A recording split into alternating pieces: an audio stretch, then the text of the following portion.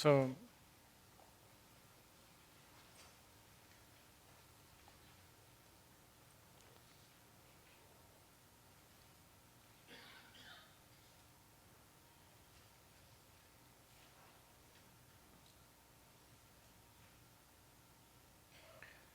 to seal everything with a Mahamudra seal is what this lineage is aiming at.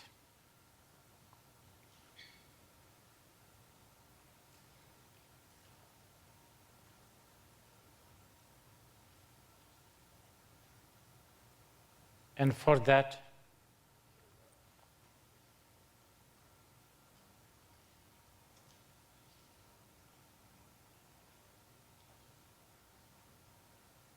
recognizing the Tamalji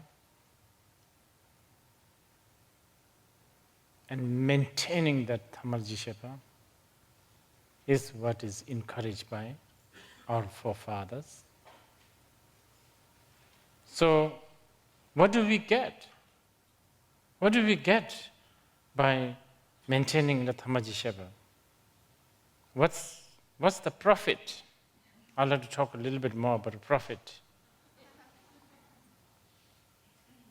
What is the gain?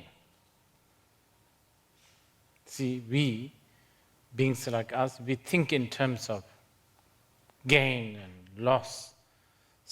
There has to be something in it for us to be doing whatever we are doing. And this, as it is mentioned here in the colophon, in the Fruition Mahamudra of Luminous Bliss, may all the beings of the three realms be liberated. And what is that? What is the luminous bliss?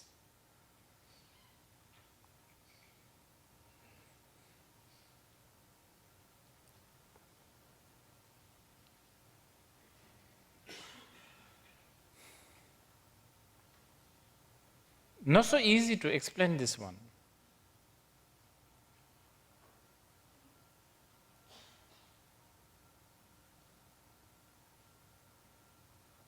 There's been a lot of successful attempt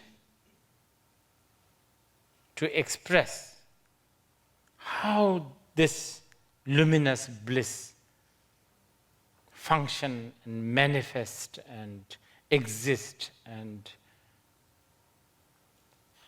there has been a lot of attempt, and they're very successful attempt. See, as I was saying earlier, if you are a businessman, you have to somehow have an estimated sort of profit. Otherwise, why do business? You have to have some sort of a goal.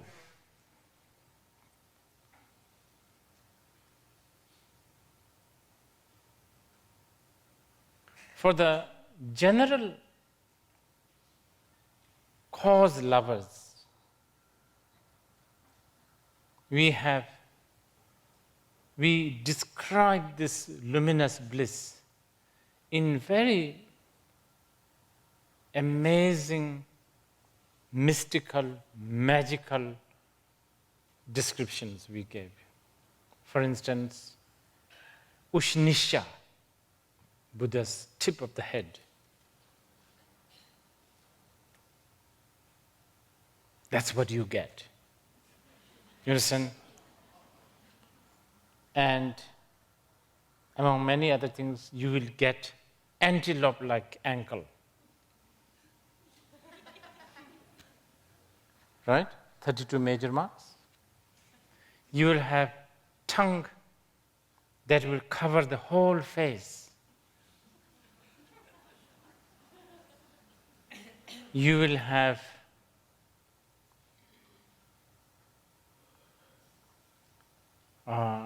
you can stand and yet touch without bending over, touch your knees with your hand. You will have earlobe that will touch your shoulder. And you'll have golden color skin. Now that's quite.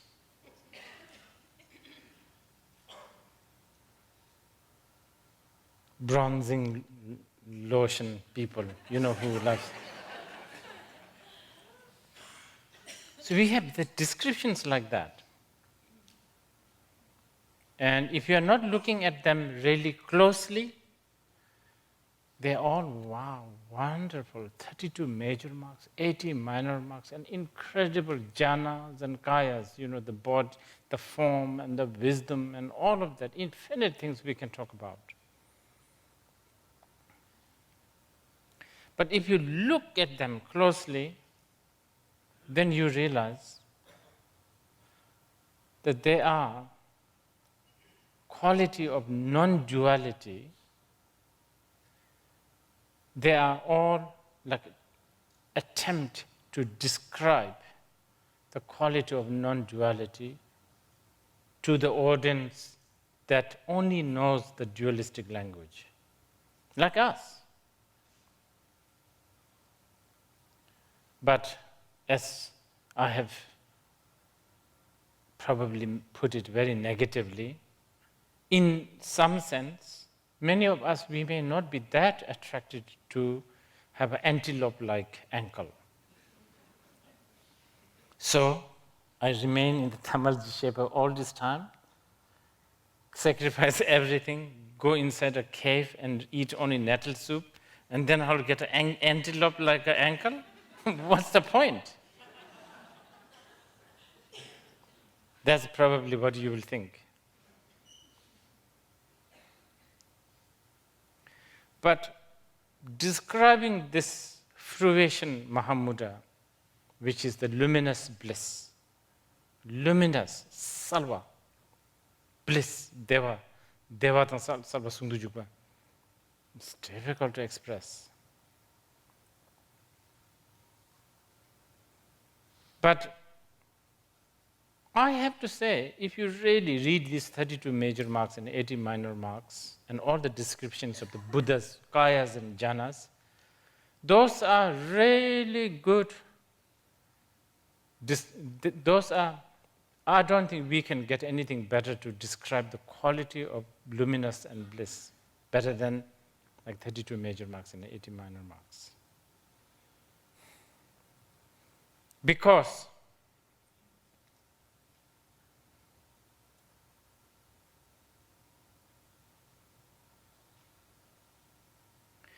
while it has to never divorce from the essence, the quintessence of non-duality, it must also have the quality to attract beings like us.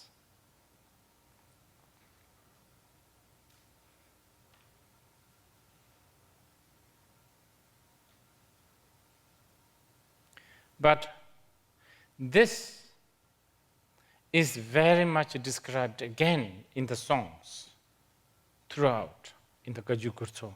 You will find a lot of like phrases, shlokas, even words like ronyam, one taste, same taste.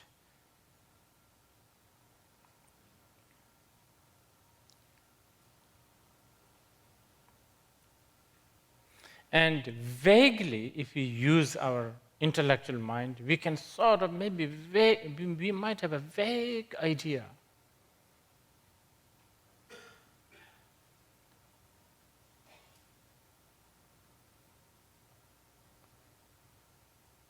Why do we have all this anxiety? Why do we have all this suffering?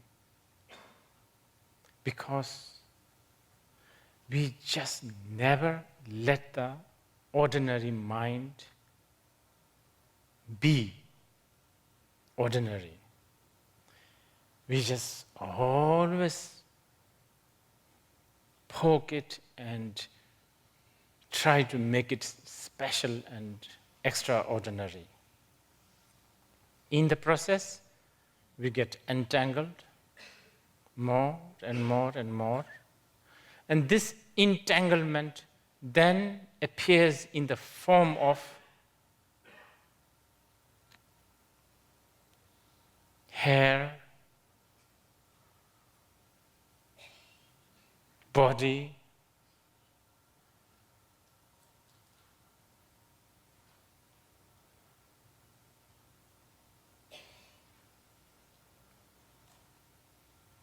that needs, this entanglement comes, and then this entanglement,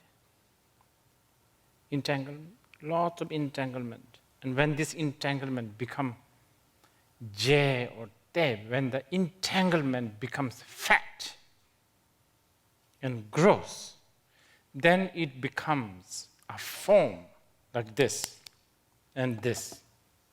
And like Canada, like earth, ocean, water, my closet,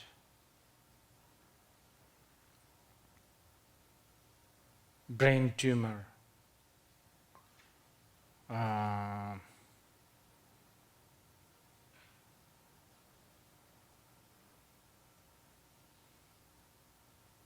I don't know,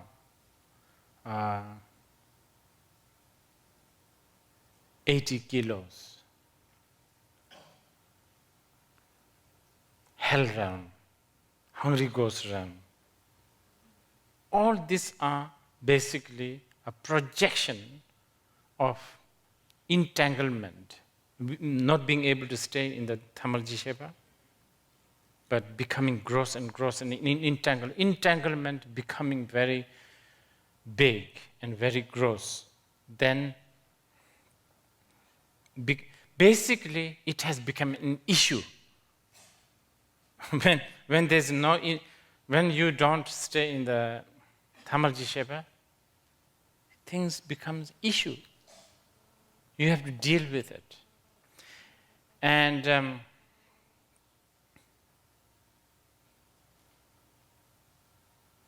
I don't remember this very clearly, but there's a very beautiful description written by Gedun Chappell. It's translated by Donald Lopez, right?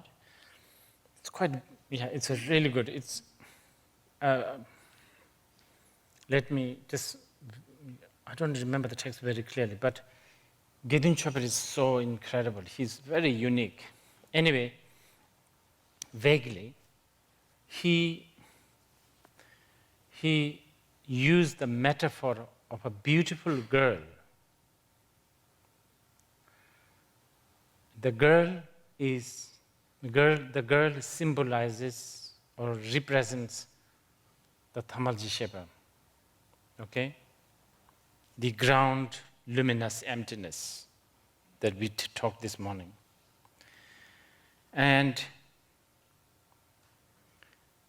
she's beautiful and she's so incredible, all of that, but her small toe is tied up with a string, and it is attached to something called mind.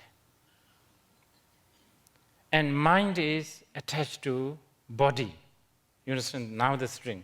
And then body is then attached to a lot of things. Vitamins, moisturizer, grocery shops, and therefore, somebody behind the counter, president, prime minister, all of that. You understand? So many strings attached. So it's a bit like very thin string jumbled up in,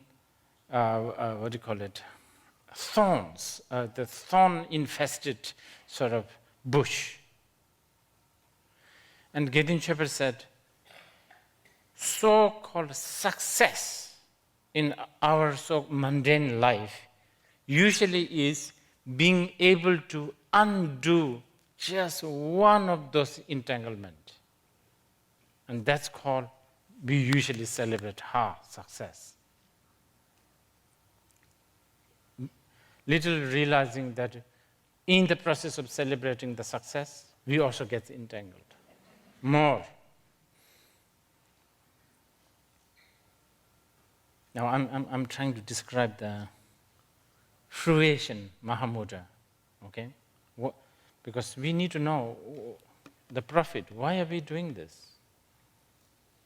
We need to have a reason why we need to remain in the Tamalji-shepa. And very good reason there is.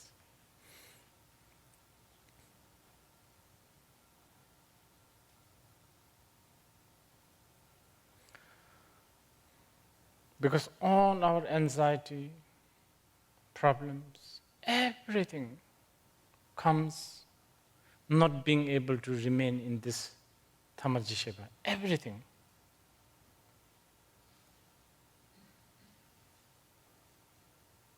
And when you can, okay, so the question is this. The question is, okay, suppose I try so hard to remain in that, then what?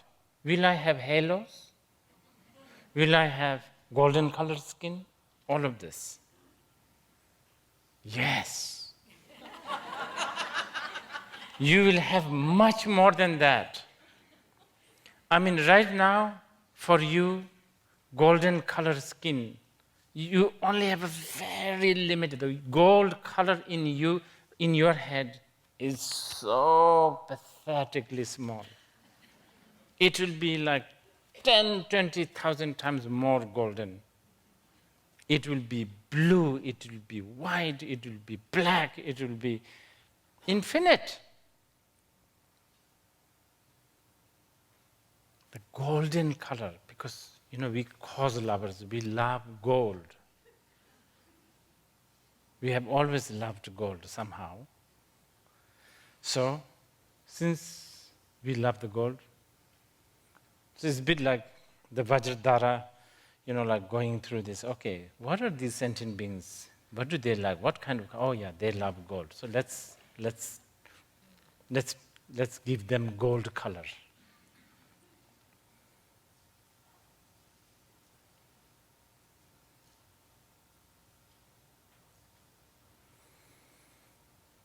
So what I'm saying is, by being able to remain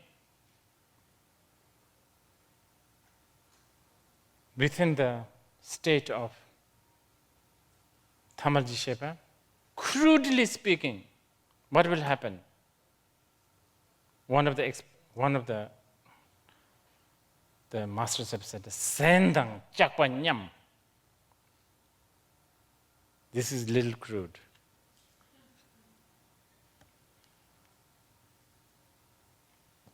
Plate of food and a plate of shit will become equal or the same taste.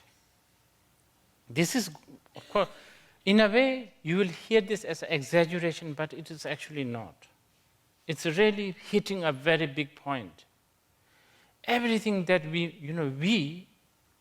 you and I, we always get entangled making big deal.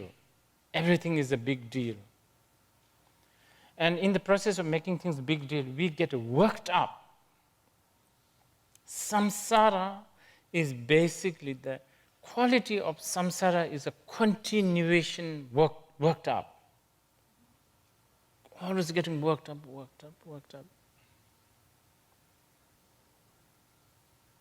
Entanglement, getting worked up, getting engrossed, getting engaged, occupied,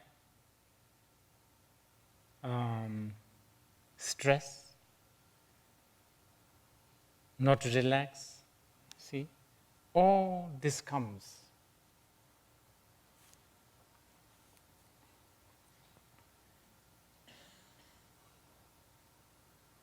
That's one way to put it. The other way, this one probably you may not buy it, but I don't care. By remaining in the Tamalji Shepa, what will happen is what will happen is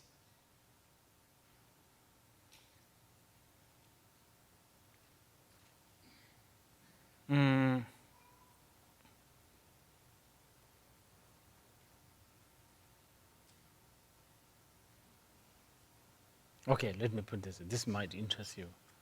You will be able to speak prawns language.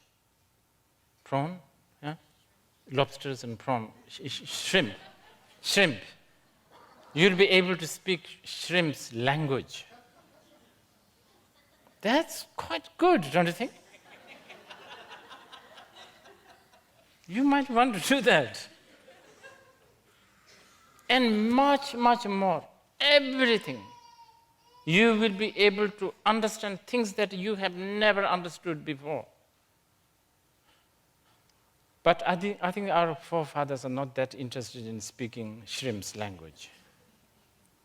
Basically, our forefathers, what they want, for them,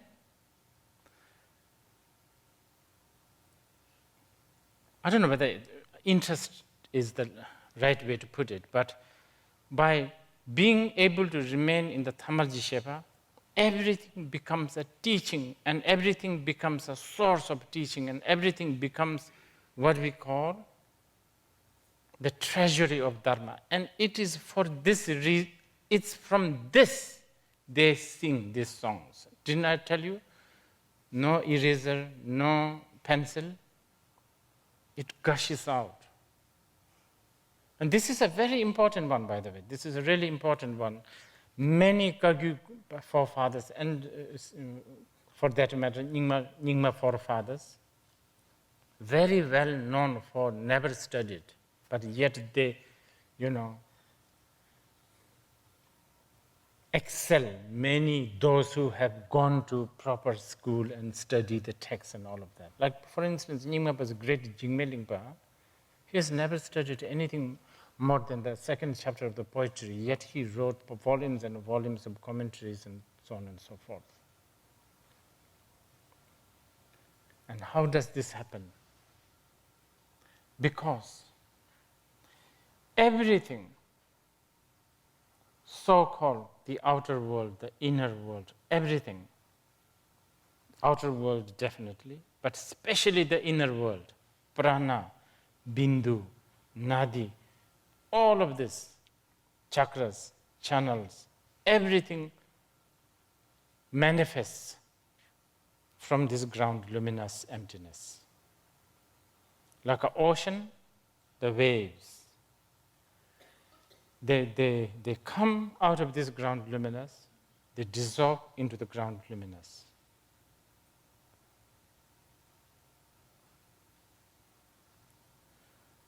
For deluded beings like us, learning more than 2 languages is already an effort.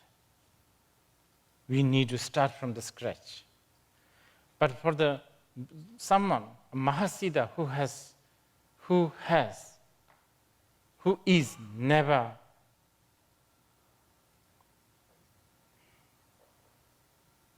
moving from this ground luminous emptiness, whole phenomena reflects on that. Like the mirror, all the reflection comes to this. For us,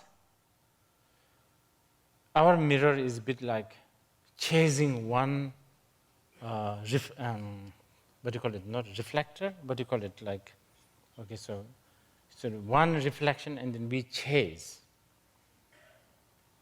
The mirror is chasing the object. So if you are lucky, you will have one reflection. That is also if you are lucky. But for the Mahasiddha, those who remain in that state, everything reflects in this mirror. And reflection You cannot say this reflection is better than the other. In the equal state, within the state of equanimity, reflection never stops, unobstructed. Mahasiddhas don't make distinctions that this one is bad one, let's get rid of it. This one is a good one, let's adopt it. Not making any distinctions, Mahasiddhas don't suffer. And by the way, this siddha, this attainment is attainable. Very attainable. We have the lineage. Lineage is alive. There is a technique. We are so fortunate to be able to be even acquainted and to even heard the name of great masters such as Telo, Naro, Marpa, Mila, Gampopa, Karmapa.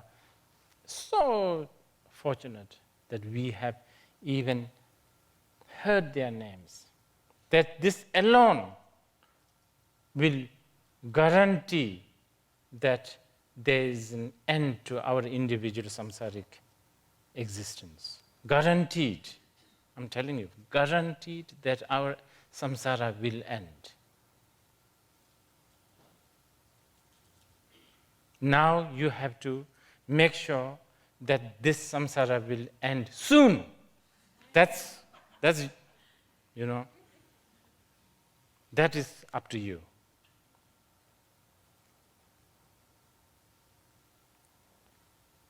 So this is the ground, this is the luminous bliss.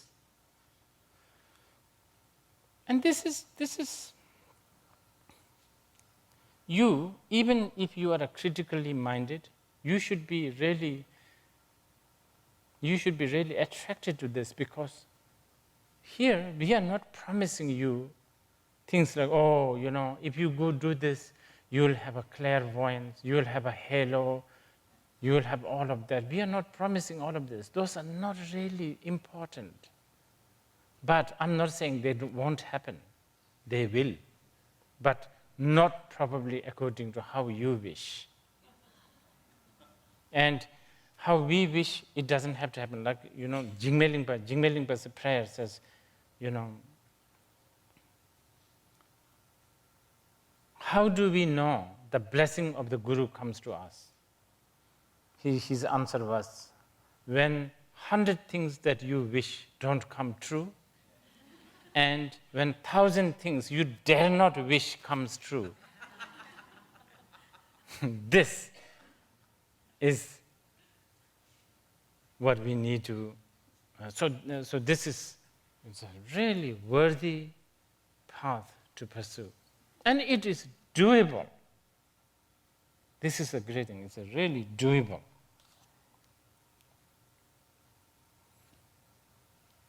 Furthermore, desar debi chaja chimburu kamsum chenro gunjang dojurji netsun mugi kabashiwa teksum chöji. Okay, and by being able to stay in the Tamalji Sheba and appreciate the Tamalji Sheba again and again, this will be the answer to cessation of war, famine, ecological degeneration. Anyway, all kinds of degeneration. This is the best answer to all of this. So, for this reason, again Milarepa sings, nga chiba dai masordang dupa nyenji masowa return diru chino na tangdu samba dubayim. Again, I'm just loosely summarizing this. He's saying that I will be happy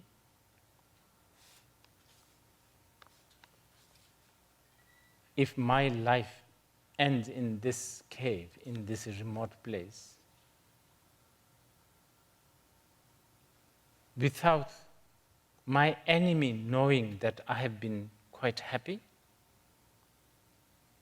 and without my relatives knowing that I have been quite unhappy. That will make that will fulfill my wish. This is Milarepa's. Why? Why he says that? Back to the value of what we discussed earlier. Nga geba togi masotang nawa singme masowa richendiru chinuna tangbisambadubain. My wish will be fulfilled if I die alone in this cave, in this remote place, without my friends knowing I have become so old and feeble, and without my sister knowing that I've been sick. My wish will be fulfilled. Ngashiwa mi matodon rorul chai matonga richendiru chinuna tangbisambadubain. I, Milarepa's wish will be fulfilled if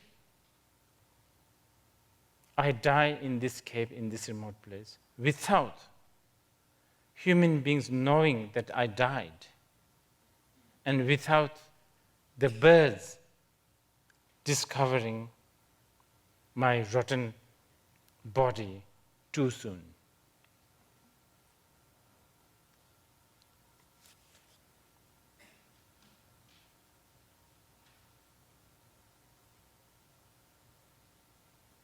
I, Milarepa's wish will be fulfilled if I can die in this isolated cave when there's nobody to carry my dead body and when there's nobody who will cry because I died. Incredible.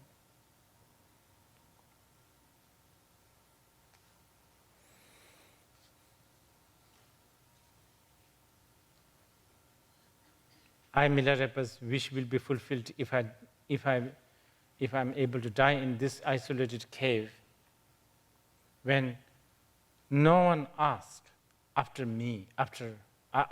me, and when no one actually knows whereabouts of me. Then I, Milarepa's wish will be fulfilled.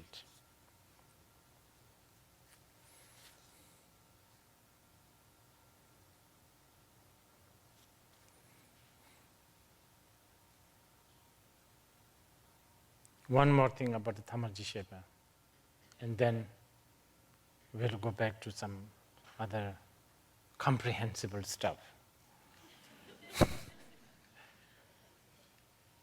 Thamarji Shepa, you will have the one big challenge about Thamarji Shepa. When you pursue the path of the Buddha Dharma, there's two kinds of challenge. There's many different challenges, but collectively there's two kinds. One is the teachings are too complicated, like Madhyamika, like Pramana, like a Prajna Paramita, so complicated, so logical, so intellectual, and so just in the logic and the argument and all of this. The sutras, the shastras, all of this. Vast, deep, unfamiliar. That challenge can be dealt by studying hard, contemplating, hearing, discussing, arguing, debating, receiving more teachings, reading more books, and then, of course, also through your merit. The other challenge is something like this, Mahamudra. That challenge is not because it is hard to understand. Actually, on the contrary, it's the opposite. Because it's too simple. It's too simple. More you study, more you try to contemplate, more you try to argue, more you try to sort of comprehend, more you interpret, it becomes worse. that challenge of not being able to trust the simplicity of Hamalji Shepa, Mahamudra, not being able to trust. First, not being able to trust that view, and secondly, not being able to trust when it happens to you. When actually you are managing to experience a little bit of Hamalji Shepa, you will think, oh no, that can't be it. It has to be something special. This can't be it. This challenge is always going to be there. And for that, don't kid yourself thinking that this problem will be solved by reading books and studying harder. Cannot.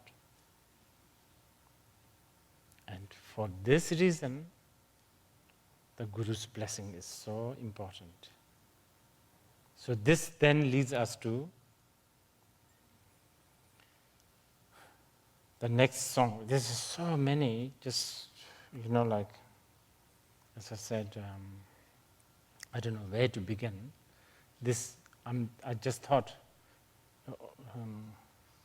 before we wrap up this, I will just extract this particular song from the Milarepa. And there are so many other songs that we are not even reaching that far. Karma pa micho doje, lama shang, jamgun control thai. One of the just, I would urge you to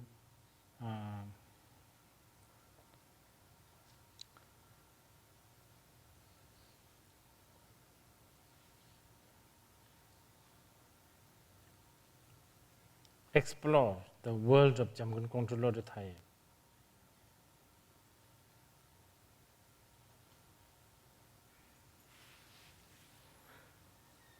Jamgun Control Thai.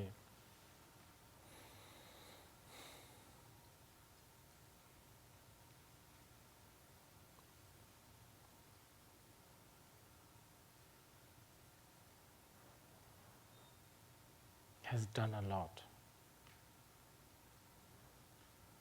It is because of his work, I can easily say all the tradition that exists in Tibet today, and especially Satya, Kaju, and Nyingma, we can now basically enjoy the wealth of the Dharma. Because Jamgun Kontrun Bichilo to Thai, together with the Jamgun Chense Wangpo, they made things comprehensible, doable, readable. And not just that, the very existence of some of this lineage. I always have been Jamgun Kontrun Bich's, big fan, so to speak. But I'm even more now, because recently I was giving teachings of collection of advices, Dhammaja, put together by Jamgun Control Thai.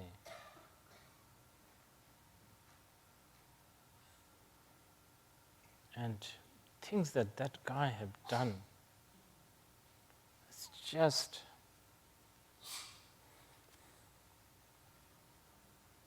unthinkable.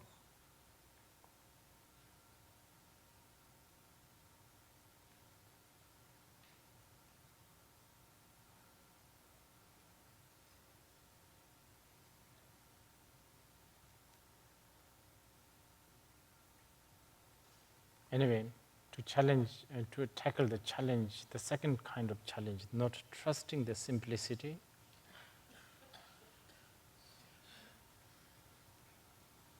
we need to tackle this through the method of Guru devotion.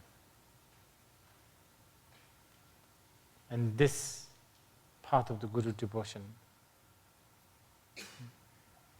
nowhere you will find better than the path of Guru devotion that is taught in this particular lineage.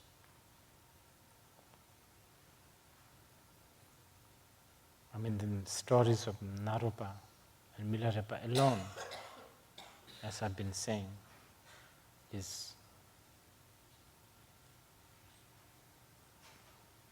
should inspire us.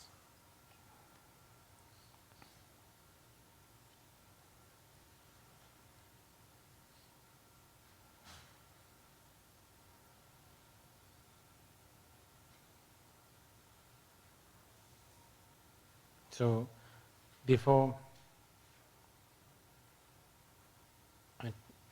we talk a little bit about Guru devotion, do you want to ask some questions?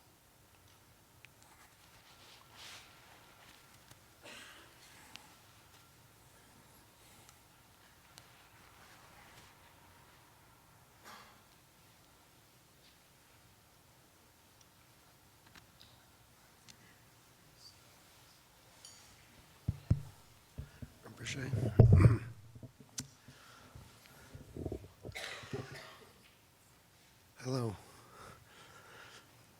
Rinpoche, 25 years ago, you gave a talk to our community here, and you talked about Tamageshepa. And I didn't know what I was saying. It's still today. well, And then you said something that's been ringing in my head ever since. You talked about something you called Tamage'er, and you called it sacred other. Could you expand on that? expand about sacred outlook. Tamage'er. Tamage'er. I have it in my notes somewhere. Tamalji, Tamage'er. Yul. Well, yeah, however you said it. Tamalji Yul. It was the point that I tried to make, I don't know if it's appropriate here, was that Tamageshepa was very good, but not enough. If we didn't consider others, it was for nothing. For 25 Actually, years. the moment you have the Tamalji Shepa, it ends up leading you to the sacred outlook. It's the same thing. Everything becomes sacred. Sacred in the sense that there will be no like bad and good distinctions, and that kind of sacredness, non-dual sacredness. One taste, same taste, and that is the quintessential sacred. And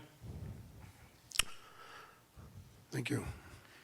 okay, thank you. And I'm leaving out a big chunk here. Just occurred in mind. The simplicity of the Tamalji Shepa is so difficult to get it, and after getting it, maintaining it, and while trying to maintain, trusting it. Because remember, we always fall into the habit of needing to do something. So for this reason, all the practices of the Upanikrama and the Sampanikrama becomes utmost important. So this is why, Chakrasambhara and Vajrayogini, in the case of this lineage, many others, but singling out Vajrayogini and Chakrasambhara becomes important.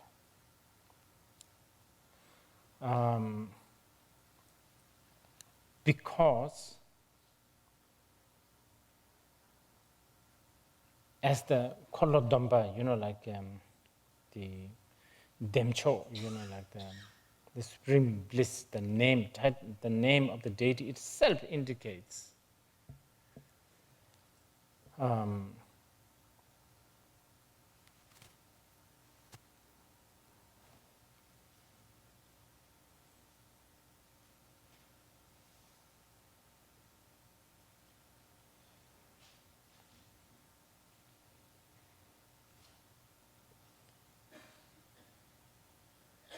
visualizing is already a little bit of a, what do you call it?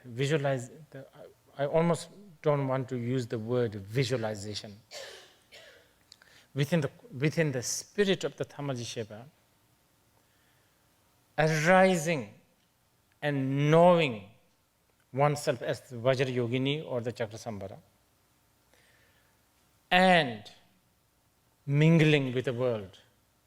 In other words, as a Chakrasambhara looking at things, as Chakrasambhara tasting things, as Chakrasambhara, interacting with the world. It becomes like a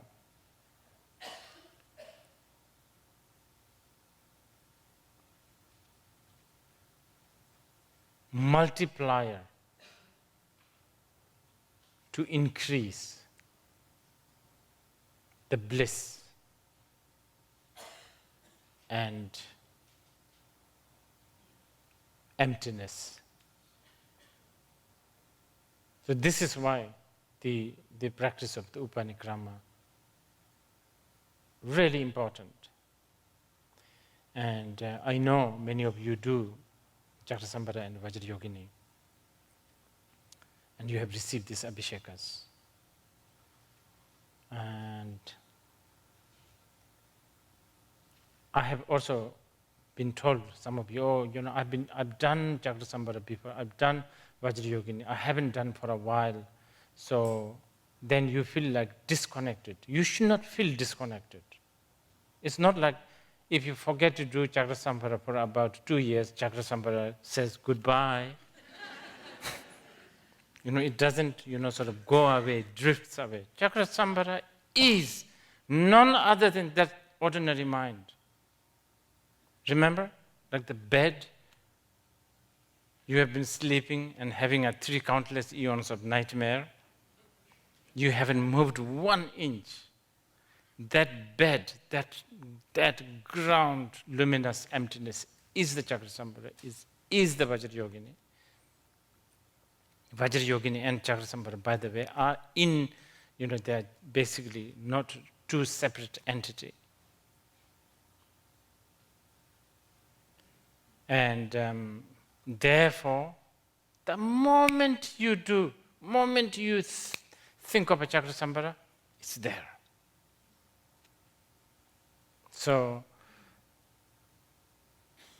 don't think that you have to restart all over again or something like this. I would encourage you to do this. And as Guru Rinpoche said, if there is a big rock that need to be lifted, if there's only 1 or 2, it's difficult. Sometimes it's better to have lots of people come together and lift it. Then it's easy. So there has been in the past, and I think it is still there. I remember very well, I was so impressed when I was in Karma Chuling. I was attending Jabjitinku Chensi Rinpoche. And then the Vajradhatu Sangha, they were doing this, I think it was Chakrasambhara. They all came with this briefcase, tie, suit, everything. And then they all sat in the shrine. I was watching. They opened the briefcase, and instead of files and all of bills and stuff like that, came out, damaru and bell. And they used the briefcase as their table. And they're all so well dressed, so well dressed.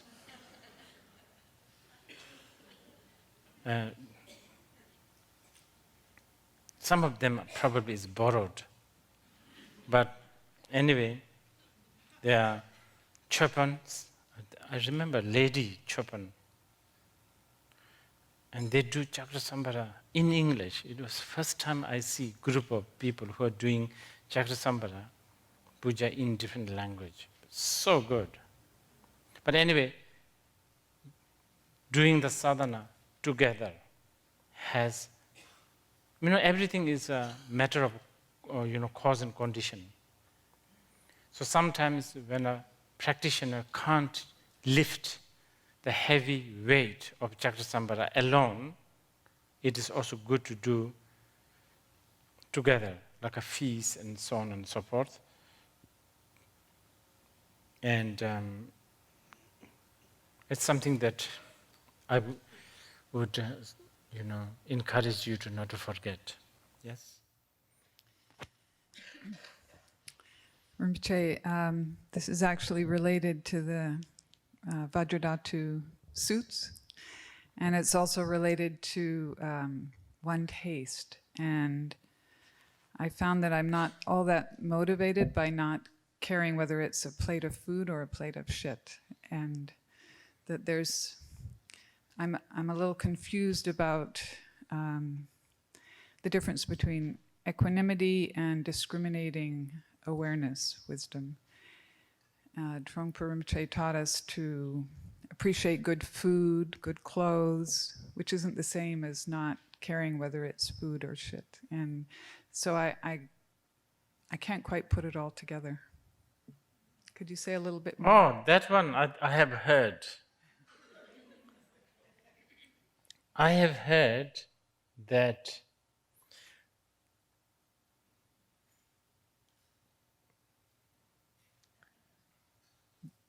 in the early days, many of Rinpoche's, before they become Rinpoche's student, they were basically, the only difference between them and the cows are that they don't have horn and tail.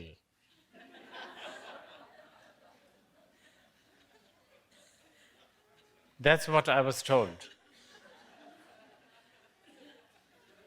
And they were really like, in going to, you see, I think many of them, I don't know, this is my assumption, many of them may have gone astray, they've gone attracted to luminosity aspect. So they become very eternalist. So they keep long hair. You understand what I'm saying? Like, listen to Beatles. I don't know, something like that I have heard. So it was important to, put them in, because there was no same taste. I think they were at that time, I don't know, you can talk to the older students, but maybe at that time, there was a certain animosity towards a certain type of lifestyle. And this need to be straightened out, looks like. And I don't know what he would do now. Probably you would all be walking up and down naked. That this could happen too. I don't know. So I'm sure there's the same taste. The philosophy of same taste is very much there. I have no doubt. But is one taste that you lose that discrimination or that appreciation, or you will lose the discrimination, but you will have a much greater appreciation, I think. For everything equally? Would you see that one thing is better than another, or more luminous than another thing, or more dignified? One lifestyle? You will use it in a different way. You will not be limited. You will not be limited. It's like, you see, the quality is very subjective. Quality of anything is very subjective. It would be like a, the, what do you call it, zodiac signs, like a zodiac sign has a certain qualities, negative what? Negative, like, oh, what's your zodiac sign? Libra. Libra. What's your negative thing about Libra? I can't make decisions. See, can't make decision. Can't make decision could be a good thing. You know what I'm saying? Right. So in that regard, see, right now we make too narrow decision, like, oh, can't make decision is bad. But many times can't make a decision is a very good thing. It will save your life. Thank you. So like this. Hello, Rinpoche. How are you? Good. My question's mostly just for fun, but my question is mostly just for fun. But I was wondering if you could say something about the relationship between the Madhyamaka and nihilism. With Madhyamaka philosophy and nihilism. Madhyamika philosophy is not at all nihilism. Not at all. I will tell you what is nihilism. I'm very happy to tell you this. Nihilist Buddhists exist, do you know that? They're in Britain. I'm telling you the truth. Nihilist Buddhists are those who can't accept reincarnation exists on the relative level. Of course, on the ultimate level, Buddha himself said, after all the teachings he has given in the Vajracchedika Sutra, he asked Subhuti, did I teach? Subhuti said, no. And the Buddha said, excellent, yeah, I never taught. On the ultimate level, that's how it goes. Those who see me as a form, they have a wrong view. Those who hear me as a sound, they have a wrong view, etc., right? But when you violate and when you make a final decision during the relative truth, then you become either eternalist or nihilist. And I know there are a lot of British Buddhists who do not accept or who shy away talking about reincarnation. They fall into the category of nihilist Buddhist. They are, I'm telling the truth. There are many Buddhists who say, when we die, we become part of this universe atom, or whatever, the part of the atmosphere. In that case, what's the point of practicing? What's the point of behaving well? What's the point of, not raping somebody and not robbing a bank? As long as you are not caught, you are fine.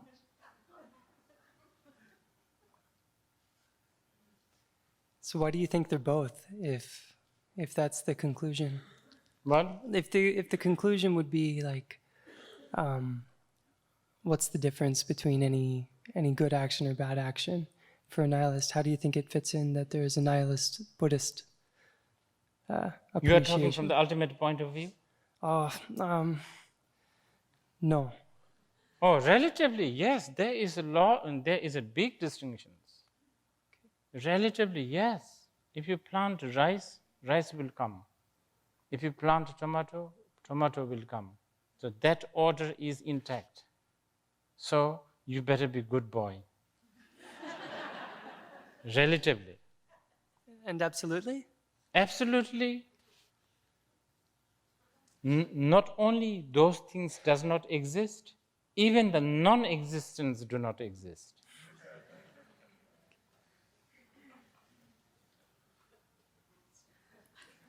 Thank you, Rinpoche. Okay.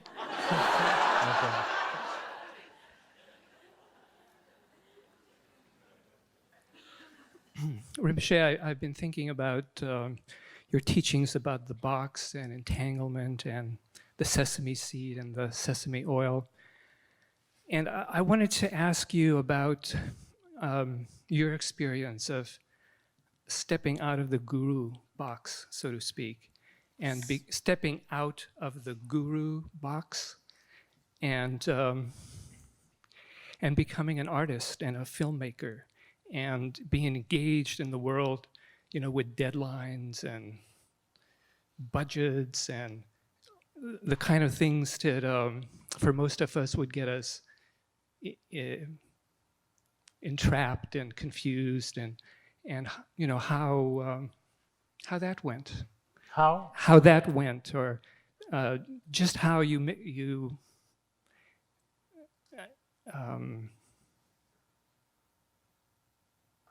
Are you asking personally me? Yeah. Oh. Yeah. Oh.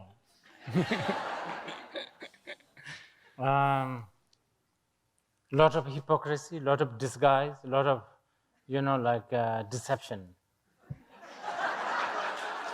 In that world? What? In that world? Yes, like pretend not worrying. I have to, and there's some virtue in it, by the way. Even to pretend that one is humble could inspire people.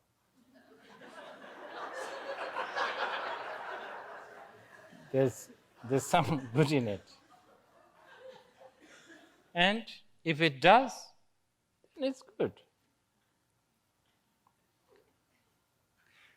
When you said a lot of deception, I'm sorry, what did you mean?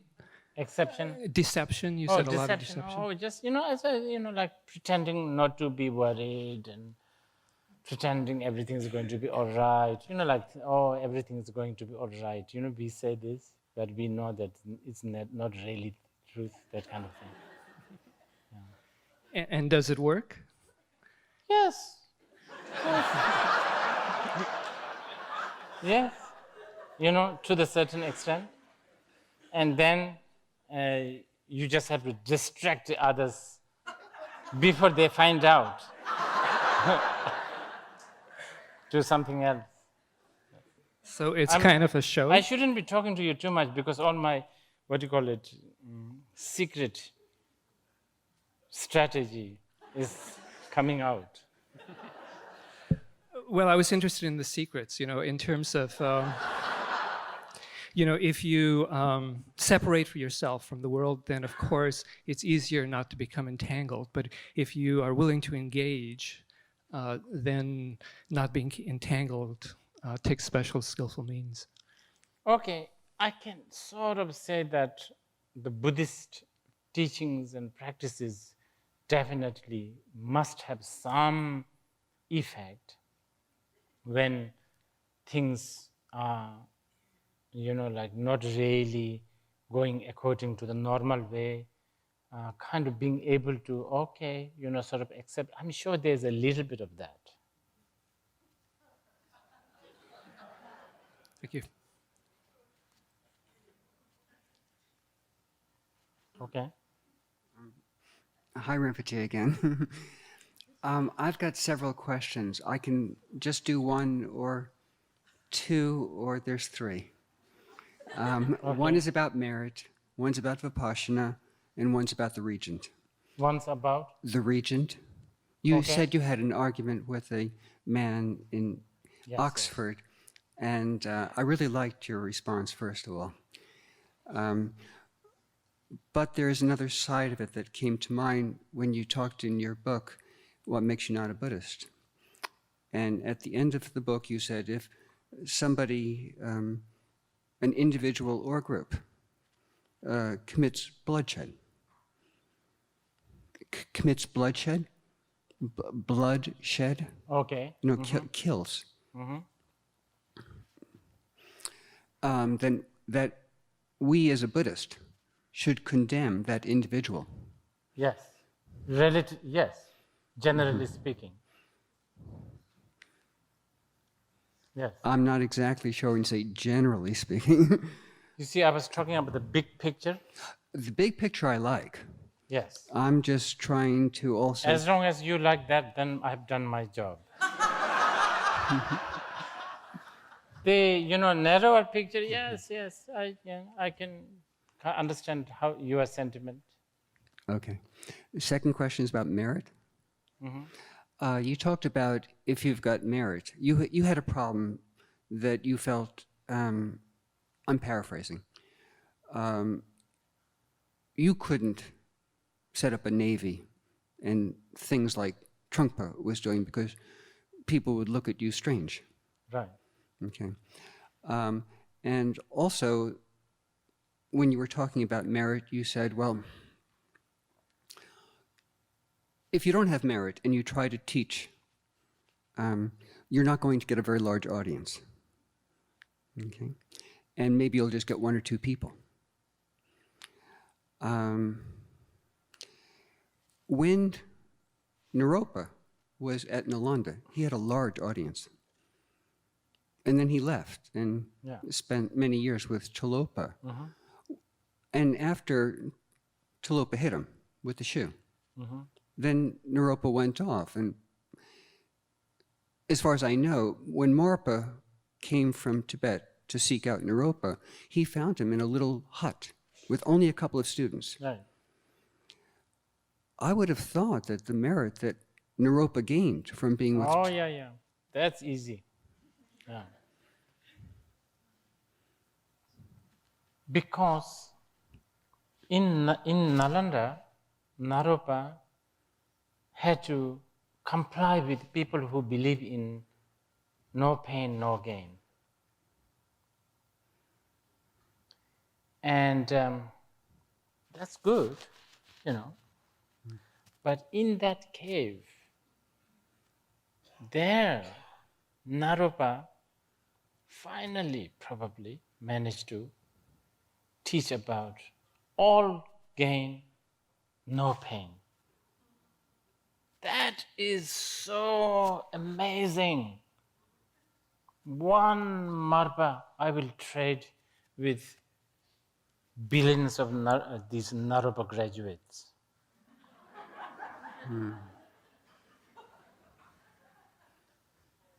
Wow. So it's not numbers. Pardon? So it's not about numbers, but about having somebody who's Exactly. really And there as a also numbers, because by the time these pain, no gain lovers at snail's pace benefiting sentient beings, I'm sure the Telopas and Naropas and Marpa Mila, they are doing like thousands, millions, you know, like that. I'm sure. Okay, can I ask one more question? This is about Vipassana. Okay. This is about? Vipassana? Okay. First of all, thank you for the first two answers. Now, you were talking about Vipassana as something that people do not really want to do. Okay, and then there was a woman who asked about her meditation retreats and Vipassana and coming back and being depressed. To some extent, I'm aware that many people use the term Vipassana as insight meditation, and they have organizations Right. like that.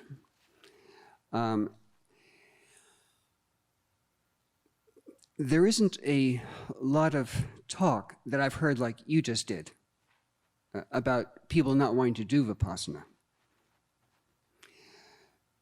It made me almost think that Vipassana has more to do with walking into situations that we don't want to walk into in real life, as opposed to... Right. Yeah. And not only that, but we might actually be attracted to walking into these difficult situations. Now, I'm making this up, okay? Am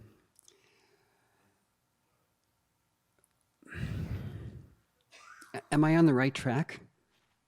Okay.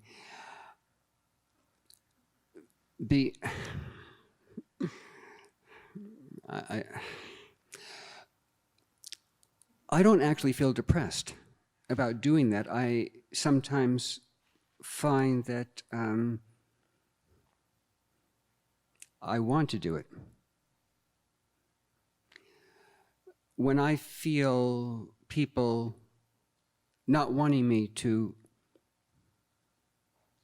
enter into their situation, I actually find myself more drawn to that. Okay. And when I find people, when I teach, I don't do very much because mostly I'm just a year in private and then I go for maybe a couple of weeks down to the United States where I only give a few talks. When I talk,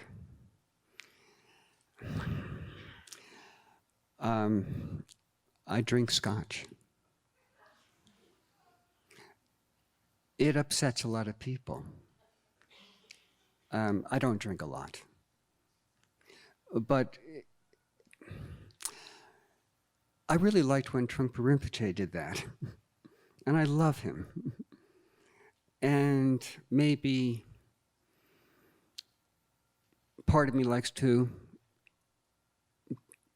appreciate that you say you don't have to be putting on the act of a good little Buddhist.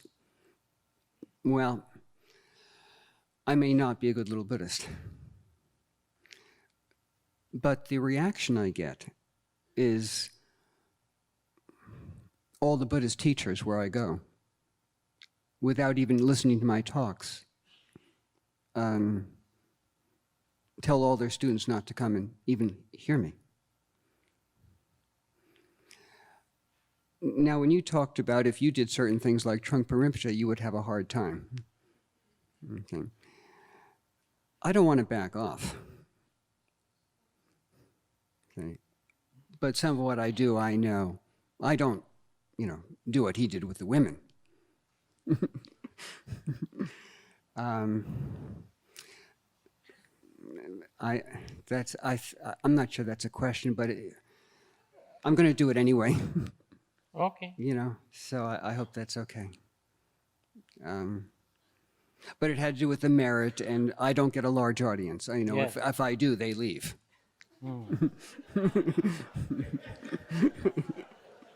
Merit is important. Yeah. So, well, I'll work on it. Okay. Thank you, Rinpoche.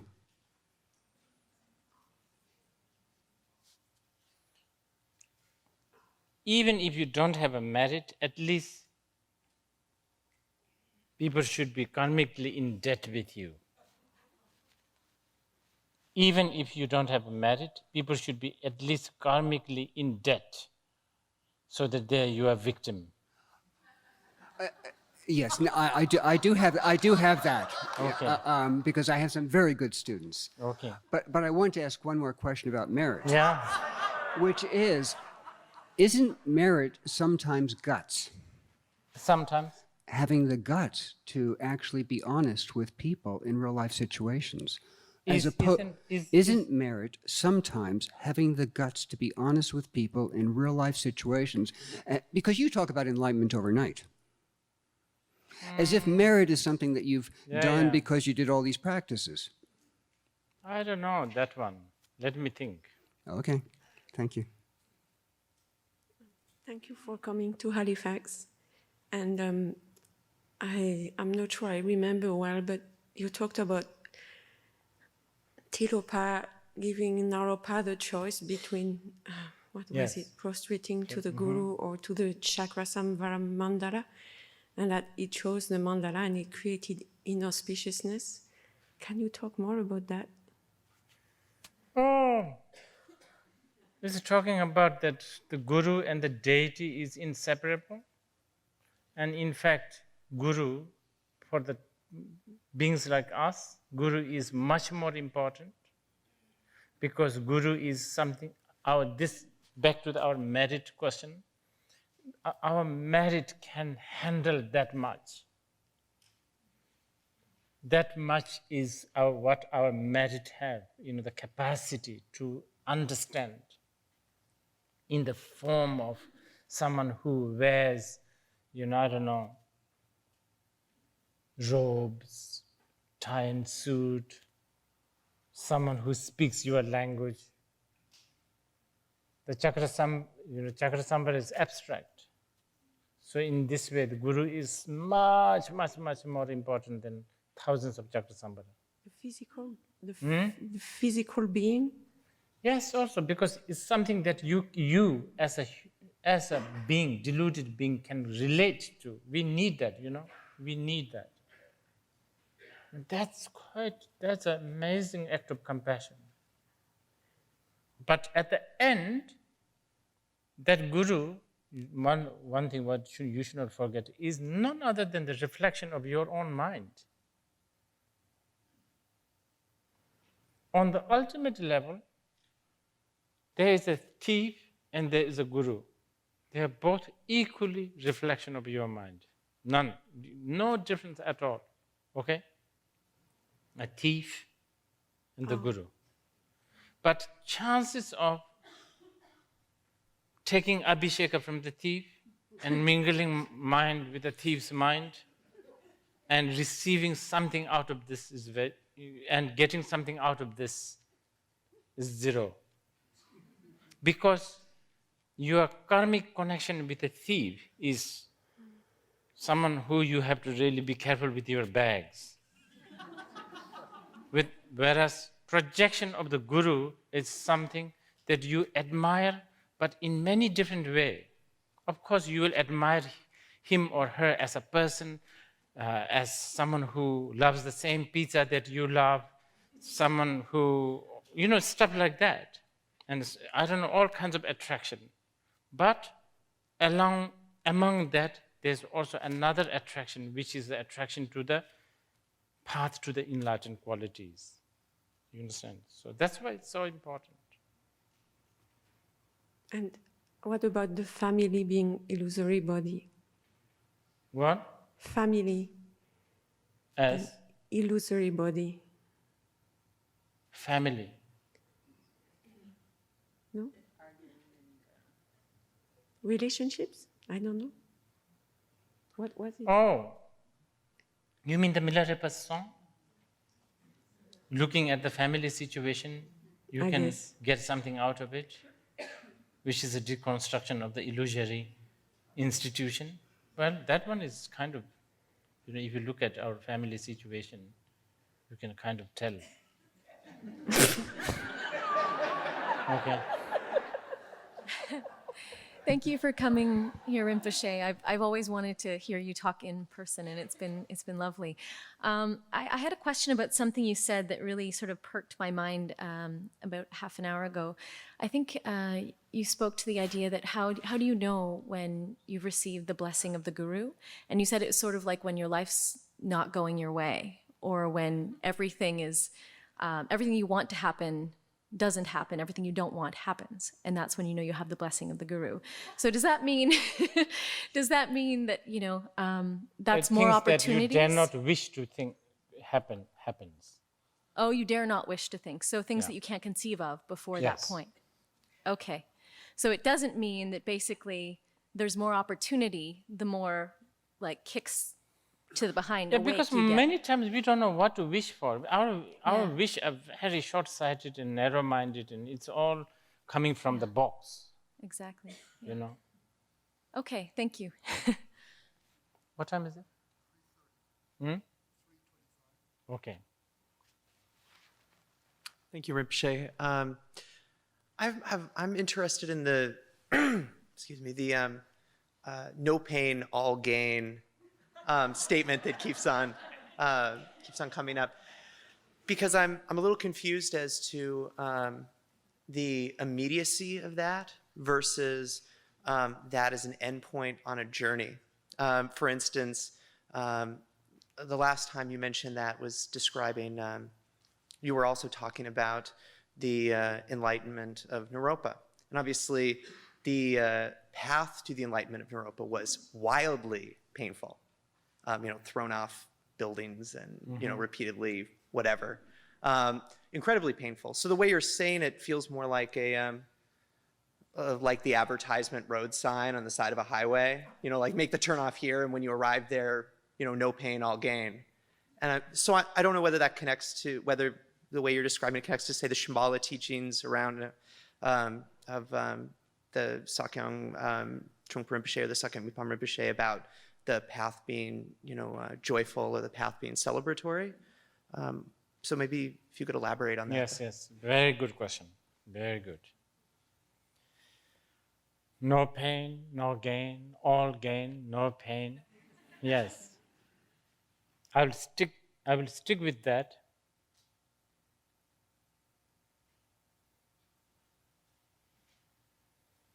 Of course, to answer this, we have to answer the whole notion of Tantra. I mean, a really big one, big notion of the Tantra. Yes, there are stories of, there is also a fact like Naropa's hardship, Milarepa's hardship, all of this. We also have to remember that those could be the big game. This we need to remember. Because we are lover of cause, remember?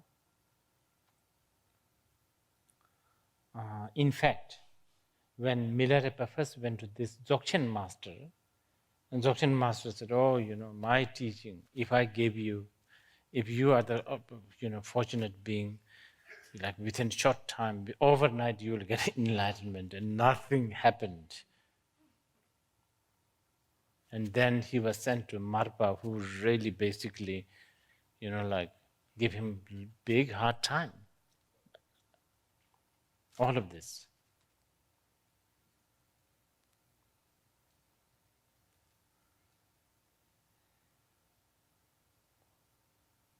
Also, okay, that's one. Another one is, yes, of course, anything that goes against our ego and our selfishness is always going to be painful. Yeah? Now, where does this no pain, all the gain but no pain? Lamdeva, Jebudeva, Lamdeva, Tata, Sugata, we call it Sugata, blissfully gone. Where does this notion come from? Does it have any root? Does it have any validity? Yes, it does. Because, okay, how do we begin this one?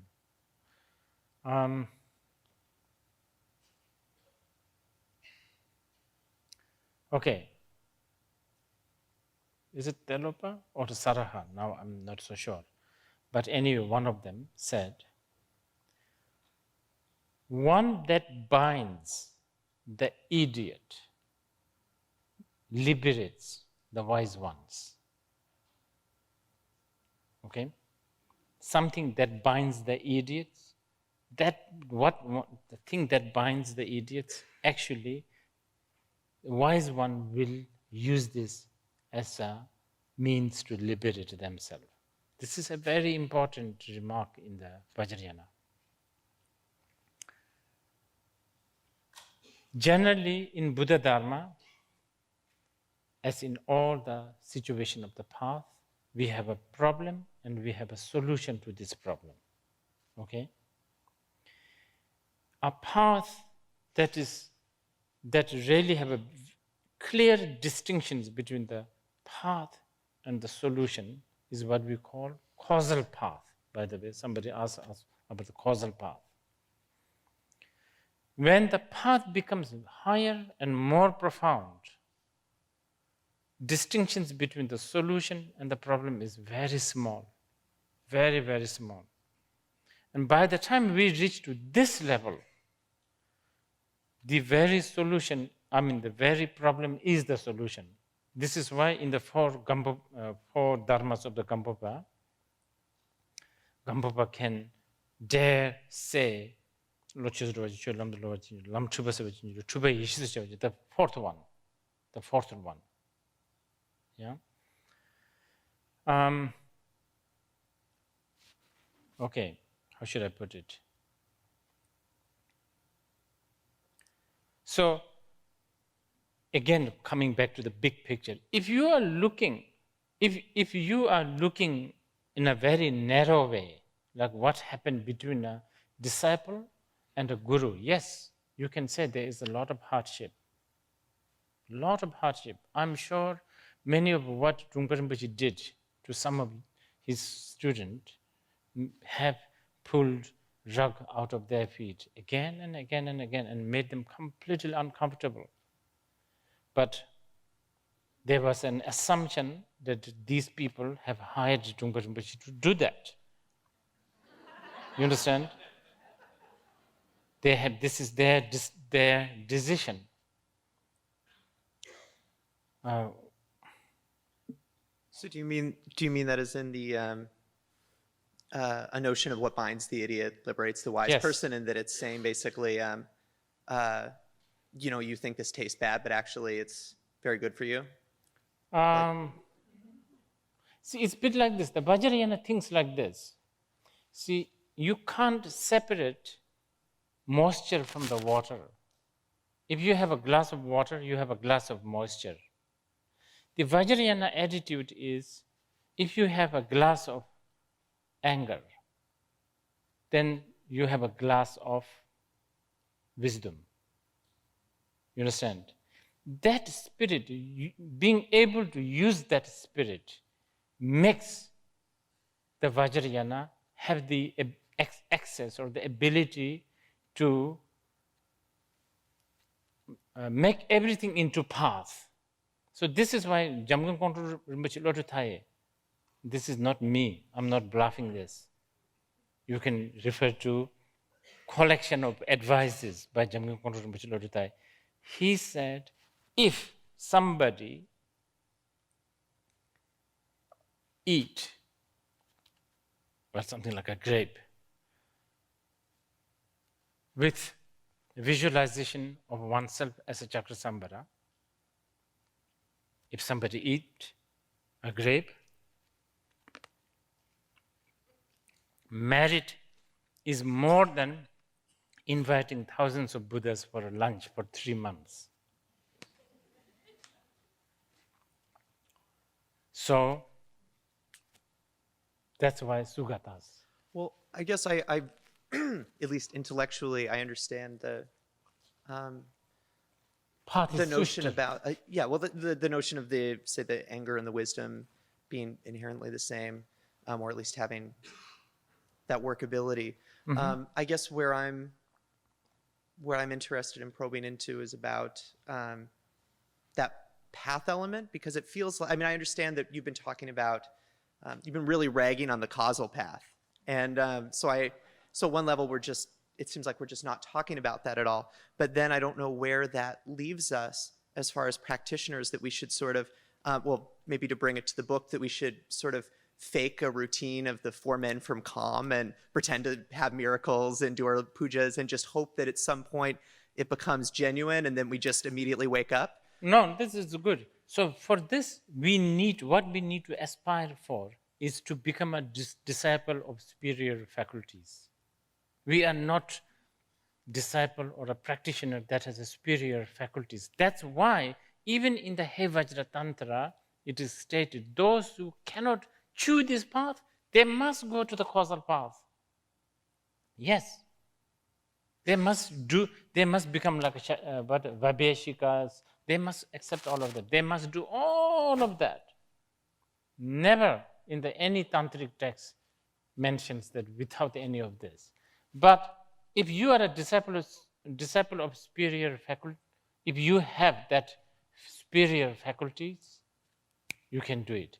And you should not think that this is a catch-22 question, because you could be that disciple of superior faculty. You could have that.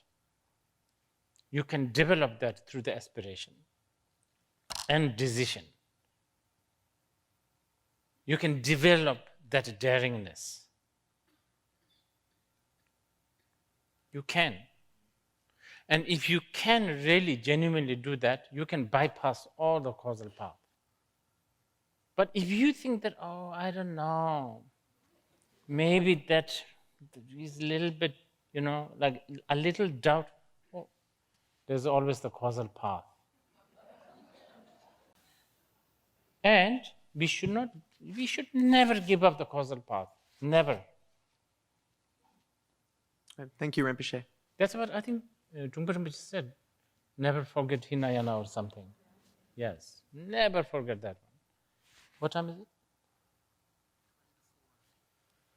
I think I have blabbered enough and sort of made a big mess out of this incredible songs. I don't know what benefit it has, given to you. But anyway, for me, it was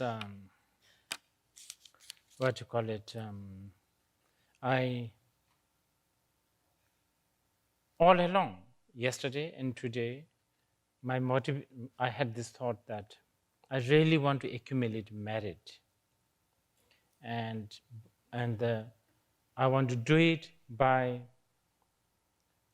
reminding ourselves the great lineage and their messages that this thing exists. And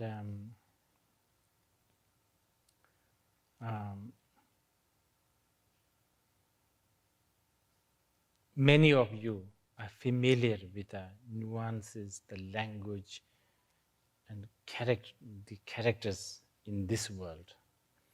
And therefore, I also feel confident and kind of, I won't be speaking many of these things elsewhere, because I don't know how much people can appreciate.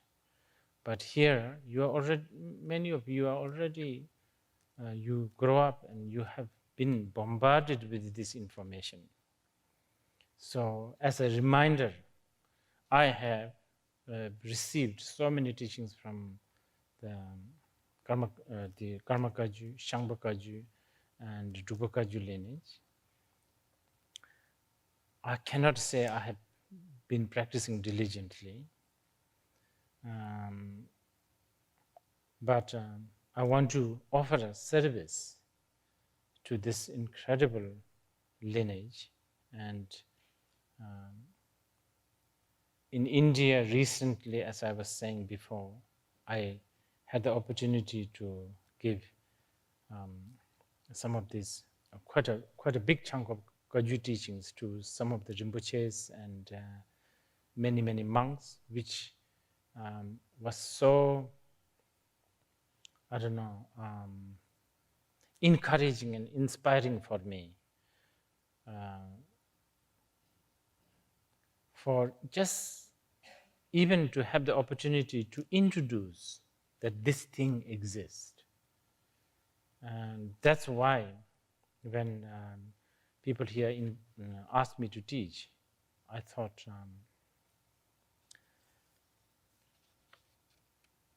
to choose this subject. And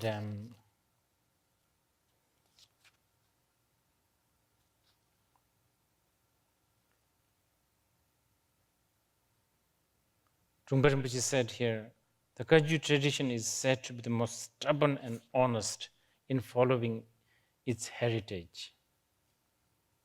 And I hope many of Rinpoche's students will continue be stubborn. We take delight in our heritage, doubt, challenge, hesitation. In brief, any form of second thoughts are not regarded as obstacles. That's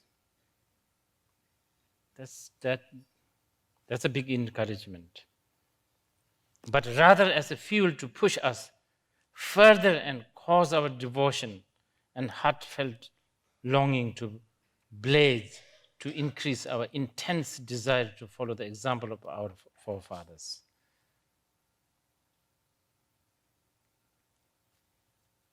And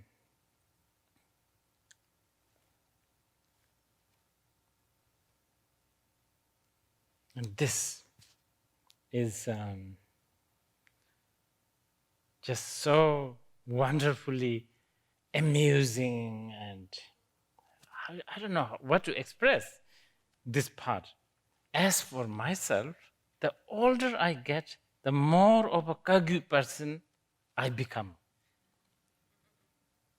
It's wonderful, and it's so, I don't know how to express this, but what do you call it? Almost like a childlike, like. And Rinpoche said, aging in this way is wonderful.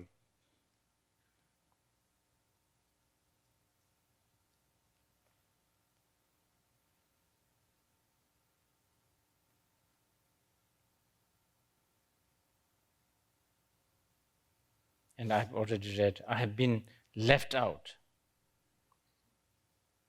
in the cold as full-time garbage man, janitor, diaper service, and babysitter. So finally, I alone have ended up as a captain of this great vessel. I alone have to liberate its millions of passengers in this dark age. That's a very, very strong proclamation. I alone have to sail this degraded samsaric ocean, which is very turbulent. Never promise that it's going to be easy ride.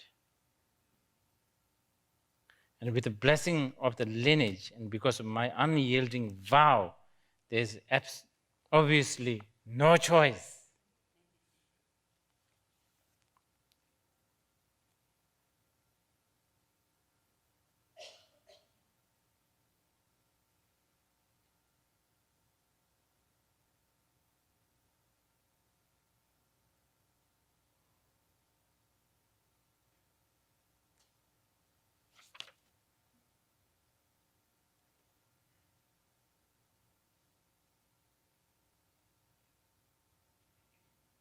And then lastly, he says, with my humble duty, I remain a mere speck of dust.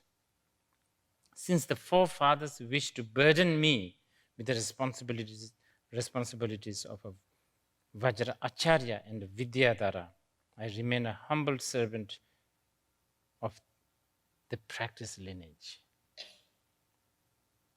So these words, to me, as I was saying, as the sort of the younger than his generation, I read it this as a reminder of what kind of attitude people like me should have. And I will read this to younger generation of Tulkus and Rinpoches, especially those who teach to the West, as how their attitude should be. So I know, anyway, it was never I'm sure you all knew that we can't possibly cover and discuss even one song of a great Vidyadhara inside. But anyhow, for me, this was an opportunity to accumulate merit, to discuss this. With this merit, if there is any, I'd like to dedicate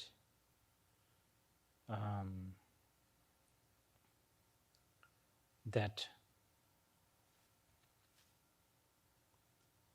all the aspiration of the great forefathers will come true, and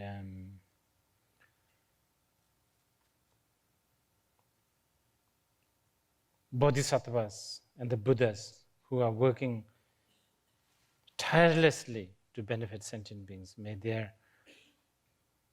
have their wish fulfilled, whatever is required to benefit sentient beings. And especially, I'd like to dedicate this for the longevity of Sakyong, who is now at the helm of this kingdom, and longevity, harmony, peace, prosperity, and the victory of kingdom of Shambhala. And then also dedicate the merit for the prosperity and good health and good Dharma practice of all of you, and also have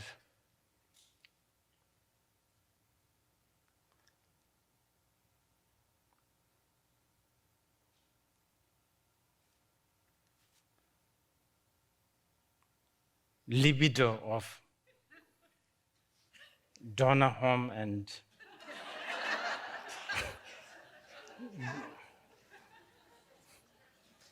Dorjilopan will always be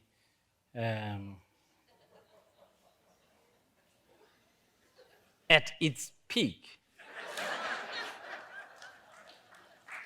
Okay.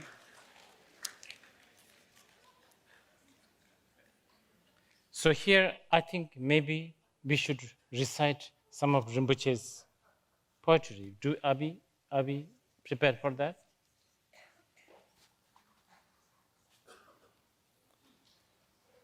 Shall we do it now? I think so, no? Should we do it now? Okay. Is somebody? Yes. Where's Carolyn?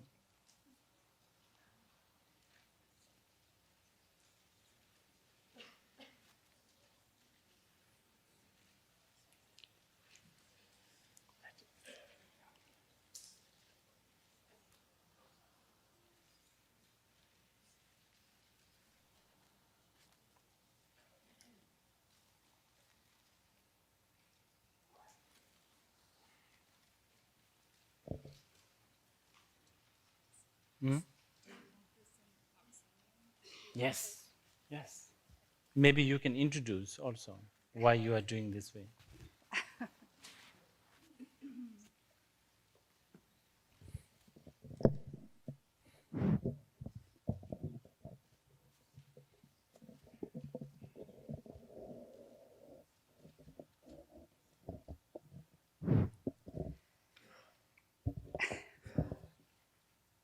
Thank you, Rinpoche. Dzongtsar Khyentse Rinpoche asked me if I would read one or more of the songs of Chögyam Trungpa Rinpoche that are in the Kagyu Gyurtso, and he requested that I read these in the style of Oxonian elocution that Trungpa Rinpoche introduced later in his life, and I apologize for my inability to fulfill this adequately, but I will do my best.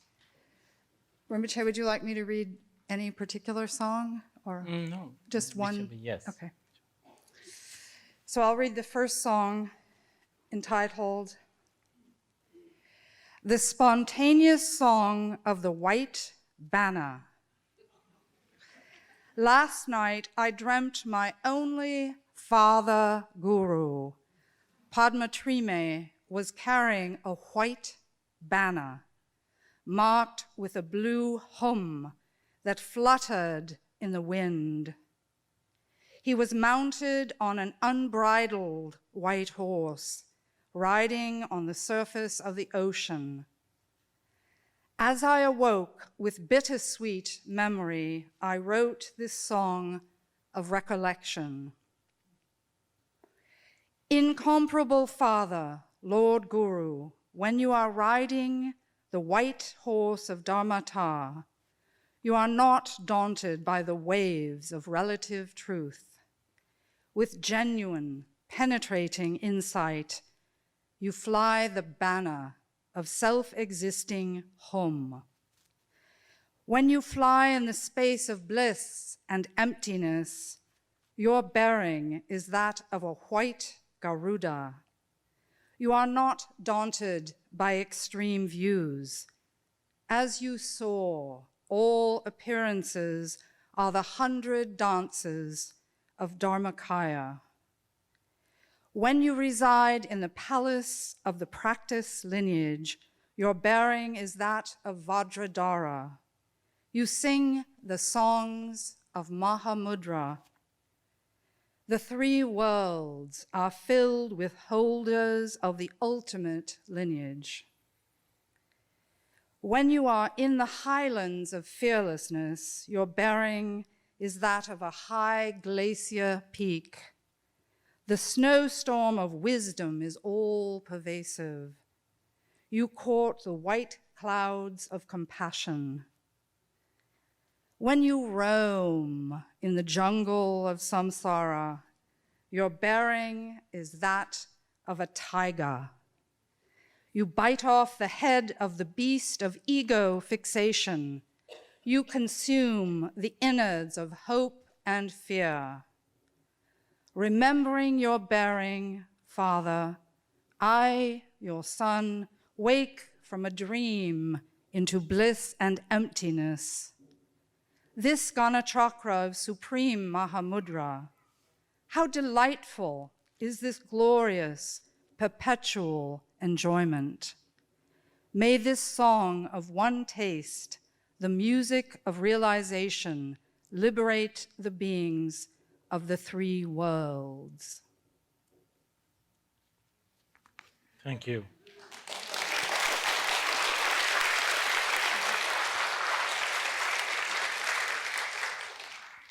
So that's it.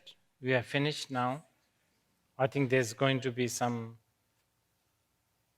like refuge and stuff like that, but most of you, those who don't need, you can go out and enjoy the rare sunshine. And I'm sure somehow, if our karmic debt and link is still there, we will end up bumping into each other somewhere.